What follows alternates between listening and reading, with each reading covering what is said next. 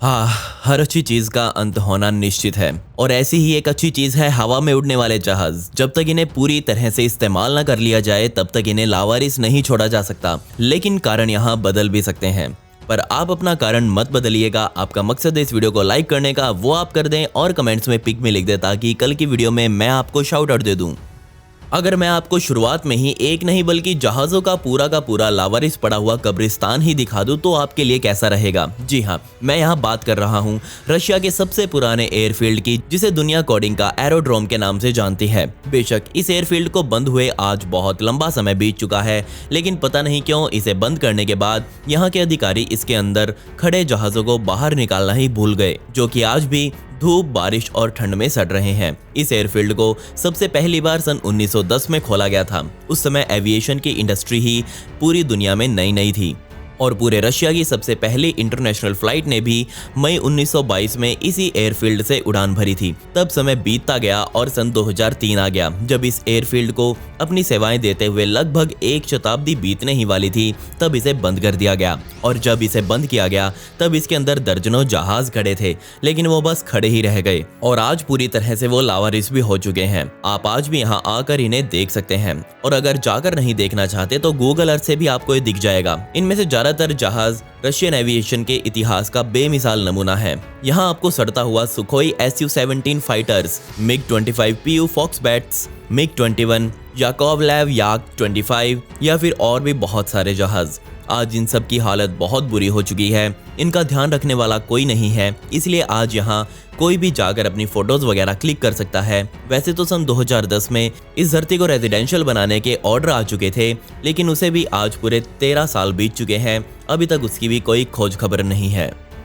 अब बात चल रही है सोवियत जहाजों की, तो क्यों ना इस नमूने को भी देख लिया जाए। जी हाँ, ये था एक पानी वाला जहाज, नहीं हवा वाला जहाज, या फिर मैं कहूँ दोनों ही, और इसका नाम था MD-125 लून क्लास एक्ट्रेनोप्लेन, जिसे 70 के दशक में बनाया गया था। इसे उस समय ओक्टा के नाम से भी जाना जाता था और आप शायद विश्वास ना करें पर यह जहाज इतना बड़ा था कि आज का एक बोइंग 747 जहाज भी इसके आगे छोटा पड़ जाएगा। इस जहाज का डिजाइन दिखने में ही कितने कमाल का है, लेकिन बस दिखने में ही, उड़ने में नहीं, क्योंकि जहां आज के जहाज 30 से 35 हजार फीट से कम की ऊंचाई पर बात नहीं करते, वहीं ये जहाज समुद्र में सिर्फ 15 फीट की ऊंचाई पर ही उड़ सकता था, जिस वजह से दुश्मनी जहाज इस जहाज को डिटेक्ट ही नहीं कर पाते थे। मैंने इसके बारे में बहुत ढूंढा, लेकिन मुझे पता नहीं चल पाया कि एक अच्छे खासे चलते हुए जहाज को एकदम से रिटायर करके लावारिस क्यों छोड़ दिया गया। लेकिन हाँ, इसका ये हाल 90 के दशक में किया जा चुका था। ये जहाज आज भी कुछ इन हालातों में कैपिस्क नेवल बेस पर कुछ इस तरह से आपको खड़ा हुआ दिखाई देगा।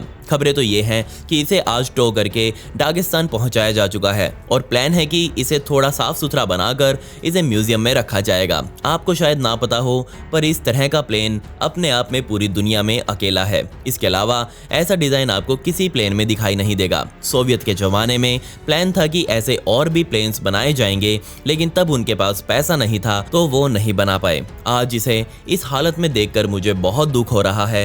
ये जहाज अपने अंदर सुपरसोनिक मिसाइल को लोड करके पूरे समुद्र में घूम सकता था। दुश्मनी जहाज इसे देख पाते इससे पहले तो ये अपना काम करके वहां से निकल लेता था, है ना कमाल।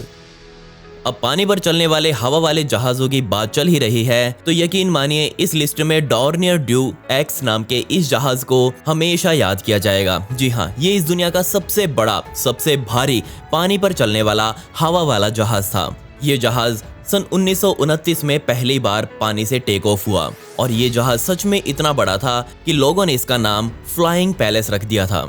इसे बनाने वाले डिजाइनर का नाम क्लॉड डॉर्नियर था और उन्होंने इसका बेसिक डिजाइन दुनिया को दिया। सन 1925 में इसे बनाने का भी काम शुरू हो गया, लेकिन इसे बनाने में पूरे 4 सालों का समय लग गया। लेकिन यहाँ दिक्कत ये थी कि पहले विश्व युद्ध के बाद ट्रीटी ऑफ वर्साइल नाम के समझौते के बाद जर्मनी को इजाजत नहीं थी कि वो डॉर्नियर जैसे पावरफुल और स्पीड वाले जहाजों को बना सके।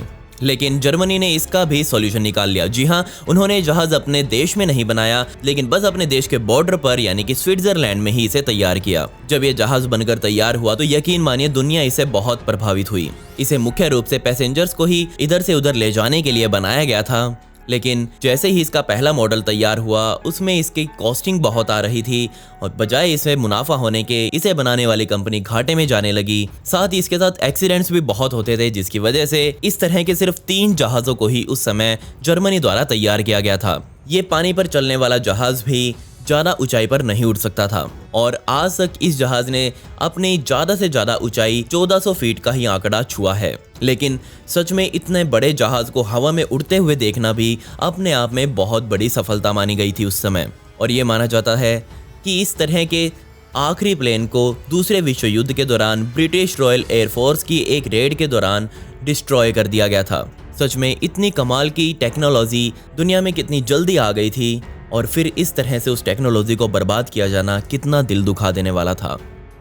जब यूनाइटेड स्टेट्स की नेवी का Douglas R-48 transport plane crash हुआ तो नवंबर 1973 में सियोल हाइमेसैंडर नाम की बीच का, जो कि आइसलैंड में बनी हुई है, उस बीच का हाल कुछ ये था। इस हादसे के पीछे पहले तो अमेरिका ने आइसलैंड में गिर रही बर्फबारी को बहुत बड़ा जिम्मेदार ठहराया, लेकिन बाद में आइसलैंड ने असली कारण ये बताया कि जहाज़ का फ्यूल खत्म हो गया था और अब उसे कहीं तो क्रैश होना ही था।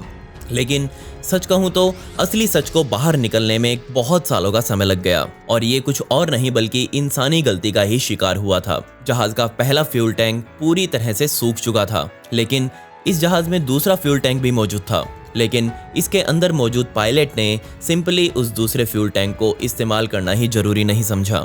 आज उस घटना को तकरीबन 50 साल से भी ज़्यादा का समय बीत चुका है और ये जहाज़ आज भी वहाँ पर कुछ इस हालत में खड़ा हुआ है।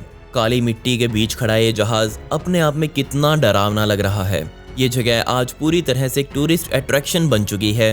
अब आइसलैंड के बाहर रहने वाले देश के लोग इस बीच का नाम सही से नहीं बुला सकते, इसलिए उन्होंने इसका नाम the black sand crash site रख दिया है। इस जगह पर जाना यकीन मानिए अपने आप में एक अलग ही अनुभव करवाता है। यहाँ जाते ही आप समझ सकते हैं कि इंसान भी कितना बड़ा मूर्ख हो सकता है। यह आज इतनी अच्छी हालत में आपको नहीं दिख रहा होगा, लेकिन एक समय पर यह जहाज कुछ ऐसा दिखाई देता था। इसके अंदर से बहुत जरूरी पार्ट्स लोग आज निकाल कर ले जा चुके हैं। ना ही इसका टेल सेक्शन आपको यहाँ दिखेगा, ना ही इसका फ्यूल सेक्शन आपको यहाँ दिखेगा और इंजन का तो कोई नाम निशान ही नहीं है। ये माना जाता है कि यहाँ रहने वाले लोकल लोगों ने ही उन्हें चुरा लिया था। सन 2001 में ग्रीस की राजधानी एथेंस में बने ओल्ड सेंट्रल एयरपोर्ट को वहां की सरकार ने तब रिटायर करने का प्लान बना दिया। जी हाँ, उनको लग रहा था कि अब इस एयरपोर्ट की कोई जरूरत नहीं है। उस एयरपोर्ट को तुरंत प्रभाव से बंद कर दिया गया, लेकिन ना चाहते हुए भी उनके द्वारा ये एयरपोर्ट ही एक टाइम कैप्सूल बनकर रह गया। जिस दिन इस एयरपोर्ट को बंद किया गया था उस दिन इस एयरपोर्ट पर कुछ ओलंपिक एयरवे जेट्स यहाँ खड़े हुए थे और वो आज भी बिल्कुल उसी जगह पर आपको खड़े हुए दिख जाएंगे। सोचकर देखिए 20 साल आज उन बातों को बीत चुके हैं, लेकिन वो जहाज आज भी कुछ इन हालातों में यहाँ खड़े हुए हैं। इस एयरपोर्ट को उस समय हेलेनिकॉन के नाम से जाना जाता था। 30 के दशक में इसे यहाँ बनाया गया था और यकीन मानिए एक समय पर यह एयरपोर्ट यूरोपियन ट्रांसपोर्ट का गेटवे माना जाता था। और जब इसे यहाँ बंद किया गया तब यहाँ प्लान किया गया था कि इस एयरपोर्ट को एक बहुत बड़े पार्क में तब्दील कर दिया जाएगा, लेकिन इससे पहले कि ये पार्क बन पाता तभी दुनिया में मंदी आ गई और 7-8 की उस मंदी में ग्रीस देश भी पूरी तरह से टूट गया था और उनके पास भी पैसा नहीं बचा था इस एयरपोर्ट को पार्क बनाने के लिए, जिसके बाद से इस एयरपोर्ट का नाम वहाँ की सरकार ने कभी अपने मुंह से निकाला ही नहीं। इस एयरपोर्ट का भविष्य आज भी पूरी तरह से अनिश्चित है और इसी वजह से इसी अनिश्चित फ्यूचर का शिकार हो चुके हैं यहाँ खड़े हुए बहुत सारे प्लेन्स। एक समय पर इन जहाज़ों में हंसते खेलते हुए लोग यात्रा किया करते थे। कितनों के इमोशंस इसके साथ जुड़े हैं, कितने लोग इस एयरपोर्ट पर काम करते थे, लेकिन आज यहाँ सब कुछ लावारिस पड़ा हुआ है। इन सभी जहाज़ों को बोइंग द्वारा ही तैयार किया गया था। यहाँ आपको बोइंग 737, बोइंग 727 और यहाँ तक कि आपको यहाँ बोइंग 747-200 भी देखने को मिल जाएंगे।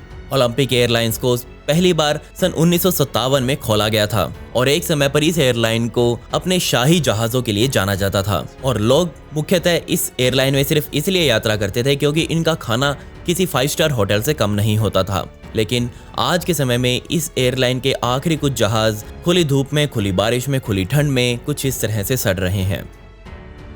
अब जिस प्लेन के बारे में मैं आपको बताने वाला हूँ उस प्लेन के बारे में यकीन मानिए मैं कुछ नहीं जानता। मैं तो छोड़िए, जो इस प्लेन के आसपास लोकल लोग रहते हैं वो भी इसके बारे में कुछ नहीं जानते। तब आया सन 2018 का समय जब इस जहाज़ की फोटोज इंटरनेट पर वायरल हुई। और तब से लेकर आज तक टबागो के ट्रिनिडैड में बना ये जंगल और इस जंगल में मौजूद ये प्लेन टूरिस्ट के लिए एक बहुत बड़ा डेस्टिनेशन बन चुका है।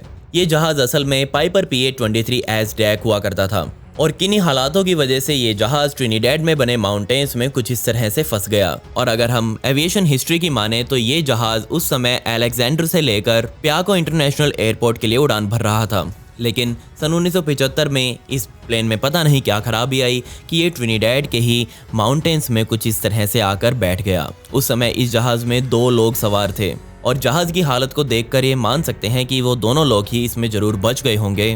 वो दोनों लोग उसके बाद कहाँ गए ये आज तक कोई नहीं जानता और इस जहाज पर भी उसके बाद से किसी ने ध्यान नहीं दिया। लेकिन तब आया सन 2018 का समय जब जर्नलिस्ट ग्लेन यहाँ पर पहुंचे और उन्होंने इसकी फ़ोटोज़ लेकर सोशल मीडिया पर पोस्ट करी और तब ये प्लेन पूरी दुनिया में वायरल हो गया।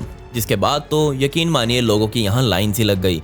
पूरी दुनिया से लोग इस जहाज़ को यहाँ देखने के लिए आने लगे।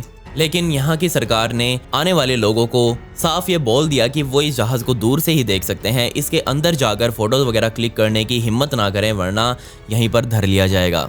साथ ही सरकार ने माना कि इस जहाज़ के अंदर बहुत अच्छी हालातों में इसके उपकरण लगे हुए हैं, कोई भी इन उपकरणों को उतार कर अपने साथ ना ले जाए।